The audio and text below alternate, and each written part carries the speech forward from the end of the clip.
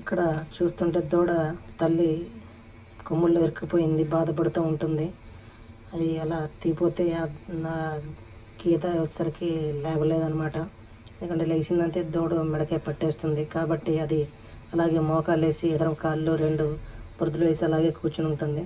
ఆఖరికి అక్కడ వెళ్తున్న ఒక అబ్బాయి వచ్చి ఆ దూడని చేత్తో అలా పట్టుకొని ఆ దూడని తన కొమ్ములకి నుంచి తేలిగ్గా ఈజీగా బయటకు తీస్తాడు. ఇలా ఆ దూడ ప్రాణాన్ని అతను కాపాడుతాడు అన్నమాట. ఈ వీడియో మీకు నచ్చితే లైక్, షేర్ అండ్ సబ్స్క్రైబ్ చేయండి. Thank you.